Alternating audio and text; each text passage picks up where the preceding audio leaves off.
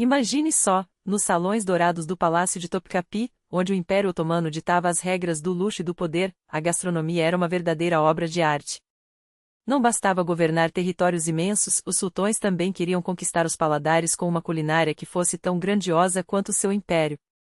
E não era para menos, enquanto a Europa ainda engatinhava em técnicas culinárias, os otomanos já mantinham uma cozinha imperial que faria qualquer chefe de cozinha moderno corar de inveja. No século XV, uma centena de mãos habilidosas trabalhava incansavelmente para satisfazer os caprichos gastronômicos dos sultões. Mas foi sob o reinado de Suleimã, o Magnífico, que esse exército de sabores cresceu para 500 talentos e, até 1600, já eram 1000 especialistas dedicados a criar iguarias que pareciam saídas de um sonho. Não eram simples pratos, eram experiências sensoriais, desde doces que derretiam na boca até bebidas exóticas capazes de encantar até o mais exigente dos paladares. Os sultões não mediam esforços para encher seus armazéns com as especiarias mais raras do mundo, importando delícias da Pérsia, da China e de cada canto de seu vasto domínio. Até orquídeas jovens, sim, orquídeas, eram colhidas para dar um toque único às suas refeições. Mas havia um mistério por trás daquele banquete interminável, os segredos da cozinha imperial eram guardados a 7 chaves. Nenhum receituário era registrado, nenhuma fórmula escapava daqueles muros. Mesmo assim, muitos dos pratos que encantavam os sultões resistiram ao tempo e hoje podem ser encontrados nas ruas movimentadas de Istambul, provando que a herança otomana não se limita a mesquitas e batalhas, ela também está no aroma de um doce, no tempero de um kebab. E falando em doces, a cozinha otomana tinha um carinho especial pelos sabores adocicados. Lá, entre panelas de cobre e fornos a lenha, nasciam delícias como jans, xaropes e a lendária baklava, um dessert tão decadente que só os mais abastados podiam saboreá-lo com frequência. Não à toa, ainda hoje muitos turcos brincam, não sou rico bastante para comer baklava todos os dias. Feita com camadas finíssimas de massa folhada, nozes crocantes e mel derretido, essa iguaria foi aperfeiçoada nos palácios de Istambul, onde cada mordida era uma celebração. Registros de 1473 já descreviam sua preparação, mas sua fama só cresceu, transformando em um símbolo de sofisticação. Os sultões também tinham fraqueza por carnes suculentas, especialmente os kebabs. Diz a lenda que guerreiros otomanos chegavam a cortar pedaços de carne assada diretamente de suas espadas, em um gesto que misturava praticidade e ostentação. Séculos depois, o sultão Abdulaziz, no século XIX, não resistia a um bom kebab e chegava a mandar buscar o seu favorito em uma famosa casa próxima à sua residência de verão. Hoje, o doner kebab, com suas fatias de carne girando no espeto e derretendo na boca, é um legado direto dessa tradição. Curiosamente, é o mesmo princípio do gyros grego e da shawarma árabe, provando que a culinária otomana deixou sua marca bem além das fronteiras do império. E para acompanhar tanta fartura, nada melhor que um cheirinho refrescante, mas não aquele sorvete colorido que você imagina. O charbo otomano era uma bebida sofisticada, feita com frutas esmagadas, ervas aromáticas e flores, misturadas a água gelada de nascentes ou até neve. Era servido antes ou durante as refeições, como um toque de frescor em meio ao banquete. Um dos receituários mais famosos usava xarope de marmelo, maçã, pêssego e damasco, criando um elixir doce e revigorante. Tanto prestígio tinha esse drink que os otomanos o chamavam simplesmente de ancharope, pois era a base para uma infinidade de combinações. Outro prato que conquistou os sultões foi o burek, uma massa folhada recheada que até hoje faz sucesso. No século XV, Mehmed, o conquistador, já se deliciava com versões recheadas de frango, enquanto outros sultões preferiam ingredientes mais exóticos, como tâmaras, damascos secos e castanhas. Em um banquete diplomático de 1649, por exemplo, serviu-se um burek com um recheio tão elaborado que parecia mais uma joia comestível do que um simples salgado. Sua forma, triangular, em meia-lua ou quadrada, e sua versatilidade o tornaram um queridinho que atravessou séculos.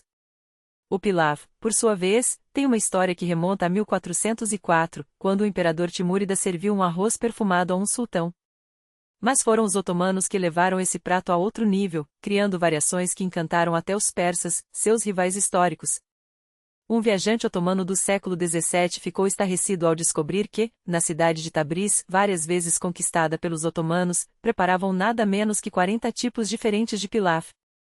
Era um prato tão reverenciado que se tornou parte essencial da identidade culinária da região. Se o café hoje é um símbolo da Turquia, sua relação com os sultões foi, digamos, turbulenta. Introduzido no século XVI por um governador do Iêmen, o café conquistou Suleimã, o Magnífico, e se espalhou como fogo por Istambul. Porém, no século XVII, o sultão Murad IV o declarou ilegal, considerando-o imoral e ameaçando cortar a cabeça de quem ousasse tomá-lo. Felizmente, a proibição não durou, e o café otomano, espesso, aromático e preparado em pequenos bules de cobre, tornou-se uma tradição. Diziam que em certos lugares de Istambul o café era tão denso que nem um búfalo afundaria nele. Já o chá tem uma história mais recente entre os otomanos. Conhecido como Ancai, palavra emprestada do chinês, ele ganhou popularidade apenas no final do século XIX, quando um governador otomano passou a promover seus benefícios. Curiosamente, os otomanos preparavam o chá à moda russa, usando um samovar de múltiplas camadas para ferver a água e concentrar o sabor. Hoje, o chá turco, forte, escuro e adoçado com cubos de açúcar de beterraba, é uma parte indispensável da cultura local. E quem diria que as orquídeas não serviam apenas para enfeitar? Os sultões as transformavam em salep, uma bebida quente e cremosa feita com raízes de orquídeas selvagens dos montes da Anatólia. Essas raízes eram moídas até virar uma farinha fina, que então era misturada a leite, água de rosas e açúcar, resultando em um drink doce e afrodisíaco. Tão valorizado que a farinha de salep era usada até em sorvetes e outros doces, provando que os otomanos sabiam extrair prazer até das coisas mais inesperadas. A culinária otomana também brilhava nos pratos recheados, os famosos domas e sarmas. Em 1539, um banquete serviu um ganso inteiro, farto de recheio, enrolado em uma massa e assado lentamente, acompanhado de um pilaf de amêndoas.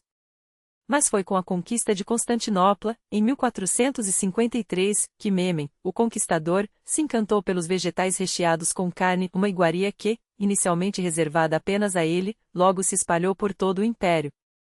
Os otomanos inovaram ainda mais, enrolando arroz, especiarias e carne em folhas de parreira, criando o que hoje conhecemos como sarma. Até o pão tinha seu lugar de honra.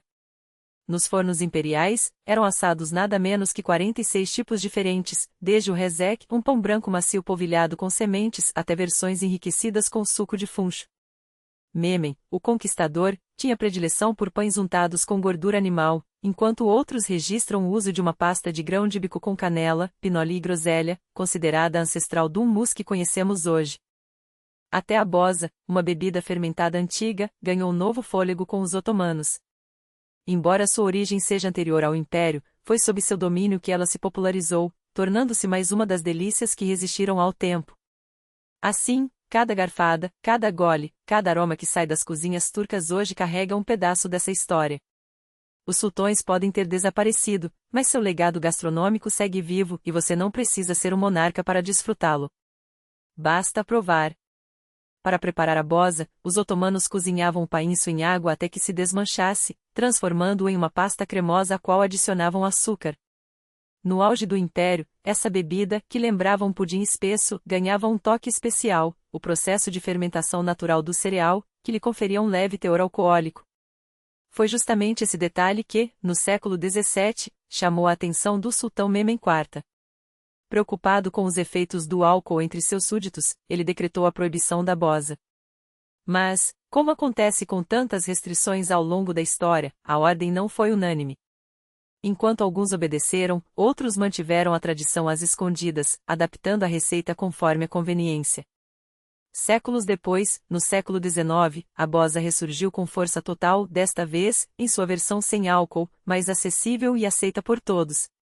Hoje, ela segue como uma bebida querida, especialmente nos meses de inverno, quando seu sabor adocicado e sua textura reconfortante aquecem as ruas de Istambul. Um legado que, assim como o império que a popularizou, soube se reinventar para sobreviver.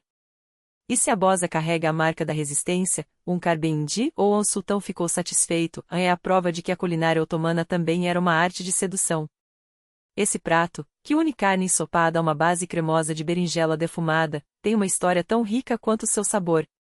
Diz a lenda que, em meados do século XIX, o sultão Abdulaziz recebeu o prato como presente de um cozinheiro africano a serviço do palácio. Outras fontes, no entanto, sugerem que a iguaria teria sido criação de chefes católicos, provavelmente franceses ou italianos, que trabalhavam na corte otomana. Independentemente de sua origem, o nome não deixa dúvidas, era um manjar capaz de conquistar até os paladares mais exigentes. Hoje, encontrar um carbendi autêntico é quase como desenterrar um tesouro. Mas se esse prato é raro, a aiva domas, a pera espinhosa recheada, beira o mitológico. Imagine uma casca crocante, dourada pelo forno, abrigando um recheio generoso de cordeiro, carne bovina, groselhas e pinhões. O contraste entre a doçura da fruta e a intensidade das especiarias é tão harmonioso que não surpreende ter sido uma iguaria predileta dos sultões.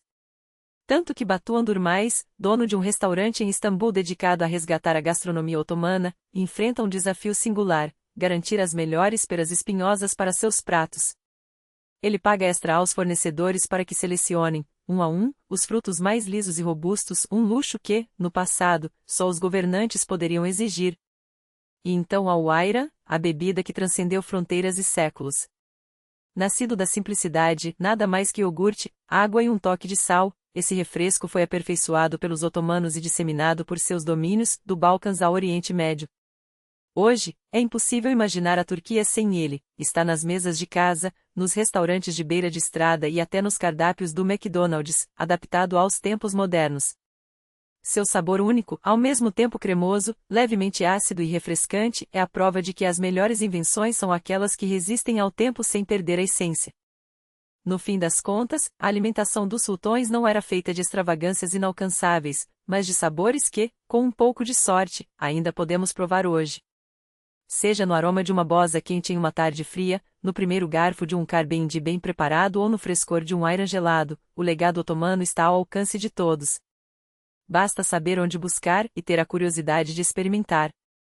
Porque, afinal, a verdadeira riqueza de um império não está apenas em seus palácios ou batalhas, mas naquilo que ele deixou no prato.